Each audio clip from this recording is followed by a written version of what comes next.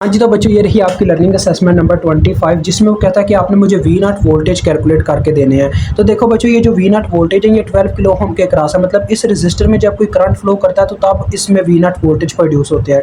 तो हमें सबसे पहले ये कैलकुलेट करना होगा कि इसमें कितनी करंट फ्लो कर रही है। तो सबसे पहले तो हम इसको थोड़ा सिंप्लीफाई करते हैं सर्किट को। देखो यहाँ पे डेल्टा बना हुआ है, क्योंकि देखो बच्चों, अगर हम यहाँ पे सीरीज और कॉम्बिनेशन सॉल्व करने चाहें तो वो सॉल्व ही नहीं होता, क्योंकि ये ना दोनों 12 किलो हम आपस में पैरेलल में है ना सीरीज़ में है। क्यों? क्योंकि देखो इनका एक टर्मिनल तो कॉमन होता है यहाँ पे, लेकिन दूसरा टर्मिनल कॉमन नहीं हो पाता। उसकी क्या वजह देखो कि इसका यहाँ पे कनेक्टेड है, इसका यहाँ पे कनेक्टेड है। अब कुछ बच्चे बोलेंगे सर ये तो सीरीज़ में हुआ क्योंकि एक टर्मिनल कॉमन है, लेकिन फिर भी नहीं, क्योंकि इसका एक टर्मिनल एक तरफ कॉमन नहीं है, दूसरी तरफ भी इस 12 किलो ओम का कॉमन है, तो लिहाजा ये दोनों सीरीज़ में भी नहीं है। तो लिहाजा ये सर्किट सॉल्व ही नहीं हो पा रहा। इसका मतलब ये एक स्टेप ऊपर चला गया, डेल्टा पे चला गया। तो हम डेल्टा को हमेशा स्टार में कन्वर्ट कर लेते होते हैं सिंप्लीफाई करने के लिए।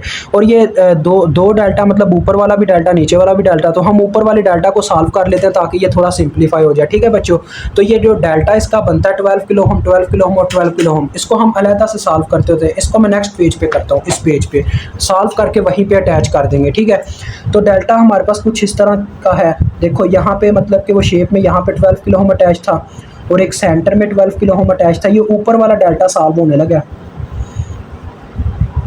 और एक यहाँ पे 12 किलो ओम अटैच था। हमने इस डेल्टा को कन्वर्ट कर लेना स्टार में, तो स्टार आपने इसके अंदर इस तरह से शेडेड कर देना होता है।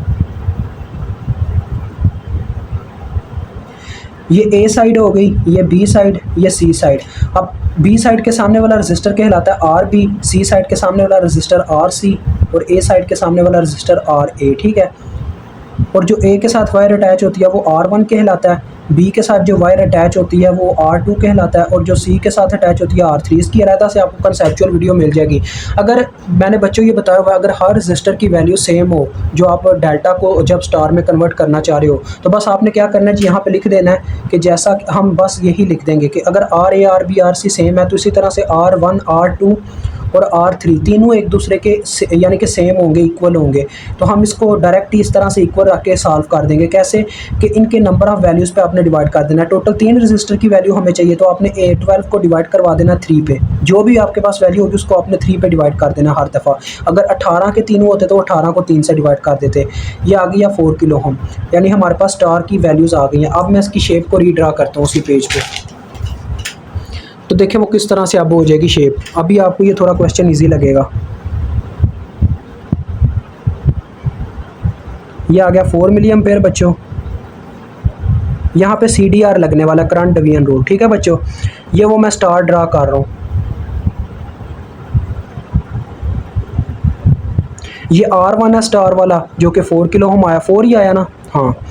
और ये R2 है जो कि 4 किलो ओम है, R3 भी 4 किलो ओम है, और इनकी नीचे वो वायर्स के साथ ये रजिस्टर अटैच हो जाएंगे। ये 12 किलो ओम वाला और ये इधर वाला 12 किलो ओम।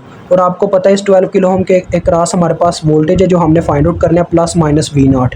ठीक है, ये मैंने अब वो वायर काट के बस साथ में मेंशन कर दिया कि ये वोल्टेज इसके क्रॉस है। ठीक है बच्चों, अब देखो होता क्या है, ये करंट इस तरह यहाँ पे पहुँचती है, ये टोटल करंट है, यहाँ पे पहुँचती है और 2 हिस्सों में डिवाइड हो जाती है। कुछ करंट इस तरफ चला जाता है, कुछ इस तरफ चला जाता है। हमने करंट निकाल ली तो हमें वैसे ही V नॉट मिल जाएंगे। तो देखो हम क्या लेते हैं, फॉर एग्जाम्पल इस वायर में जो करंट जा रहा है उसका नाम I2 है और इस तरफ जो करंट जा रहा है उसका नाम I1 है। हमें I1 का वैल्यू चाहिए, तो लिहाजा मैं CDR लगा देता हूँ I1 को फाइंड आउट करने के लिए। तो CDR का क्या कहना था बच्चों, करंट डिवीजन रूल का कहना था कि जिस वायर के क्रॉस आप करंट फाइंड आउट करना चाहते हो उसकी पैरेलल ब्रांच की, जो पैरेलल ब्रांच है, यानी जिस ब्रांच की आप करंट कैलकुलेट करना चाहते हो उसकी पैरेलल ब्रांच की रेजिस्टेंस को ऊपर रखो। इसकी वीडियो भी आपको कंसेप्चुअल वीडियोस में मिल जाएगी।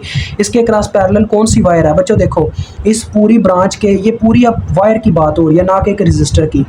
तो देखो यहाँ से लेके यहाँ तक ये वायर है, तो इसके पैरेलल में कौन सी वायर है, ये I2 वाली। देखो अपर टर्मिनल इन दोनों के दरमियान यहाँ पे कॉमन और लोअर टर्मिनल यहाँ पे कॉमन, तो ये दोनों आपस में पैरेलल में लगी हुई हैं। तो इसकी पैरेलल ब्रांच की रेजिस्टेंस हमने ऊपर रखनी है। अभी हमें इसकी टोटल रेजिस्टेंस का नहीं पता इस ब्रांच की, वो क्या होगी। देखो इन दो रजिस्टर के दरमियान सिर्फ एक टर्मिनल कॉमन है, यानी कि इन दोनों का सीरीज कॉम्बिनेशन इस ब्रांच की टोटल रेजिस्टेंस होगी। यार वैसे ही आपको बता दें तो देखो ये दोनों सीरीज में है ना, तो इस तरह से इनकी रेजिस्टेंस आ जानी है 16 किलो ओम जमा होके। यानी कि 12 जमा 4 हो जाना, ठीक है। ये इस तरह से वायर हो जाएगी, ये भी 16 ही हो जाती है इस साइड वाली वायर भी, लेकिन हम इसको 16 इसलिए नहीं कर रहे ताकि बच्चों हम 12 किलो हमको वैसे ही मेंशन रहने दें, बस वैल्यू पता चले I1 की और हम डायरेक्ट V0 कैलकुलेट कर लें, ठीक है। तो I1 देखो, अब पैरेलल ब्रांच की रेजिस्टेंस ऊपर रखनी है तो क्या करेंगे, इन दोनों का सम ऊपर रखेंगे 12 के इनका यानी सीरीज कॉम्बिनेशन प्लस 4 के बटे में रखेंगे टोटल रेजिस्टेंस यानी किसकी, अपनी ब्रांच की प्लस पैरेलल ब्रांच की। तो अपनी ब्रांच के अंदर भी देखो इन दोनों के दरमियान सीरीज कॉम्बिनेशन है 4 के और 12 के दरमियान, तो ये दोनों भी बटे में जमा हो जाएंगे 12 के प्लस 4 के, ये इसकी अपनी ब्रांच की रेजिस्टेंस आ गई प्लस पैरेलल ब्रांच की रेजिस्टेंस बटे में, तो पैरेलल ब्रांच की फिर से जमा हो जाएगी प्लस 12 के प्लस 4 के मल्टीप्लाई बाय सप्लाइड करंट यानी कि टोटल करंट जो सप्लाई के तौर पे मिली, इनको सप्लाई के तौर पे कौन सी करंट मिली 4 मिली एम्पेयर, तो 4 मिली से ये ज़रब हो जाएगा। अब आप इसको कैलकुलेट कर लो, I1 की वैल्यू ले लो। तो ये देखो ऊपर 16 बन रहा है, 16 के बटे में आ रहा है ये 16 जमा 16 32 के मल्टीप्लाई बाय 4 मिली, तो के से गया 16 एक बार 16 दो बार 32 दो एक बार दो बार 4, यानी कि I1 का वैल्यू आ गया 2 मिली एम्पेयर। अब देखो इजीली बच्चों मैं V0 कैलकुलेट कर सकता हूँ, कैसे देखो ये I1 इस तरह से आगे आती है ओहम्स लॉ की मदद से, देखो I1 आगे जाती है 12 किलो ओम में से जब गुजरती है तो V0 वोल्टेज प्रोड्यूस होते हैं, तो लिहाजा ये इसके पॉजिटिव पोल में एंटर कर रही है तो करंट इंटू रेजिस्टेंस फार्मूला होता है ना, रेजिस्टेंस है 12 के, करंट के साथ वो वाला साइन आएगा जिस पोल में ये करंट एंटर करेगी वोल्टेज के, तो ये पॉजिटिव पोल में एंटर कर रही है तो लिहाजा ये प्लस में ही पुट की जाएगी, तो ये आपके पास वोल्टेज आ गए 12 के इंटू I1 की वैल्यू जो कि 2 मिली है तो ये आ गया 24 वोल्ट, मिली और किलो कैंसिल हो गया, ठीक है। ये आपका क्वेश्चन सॉल्व हो गया।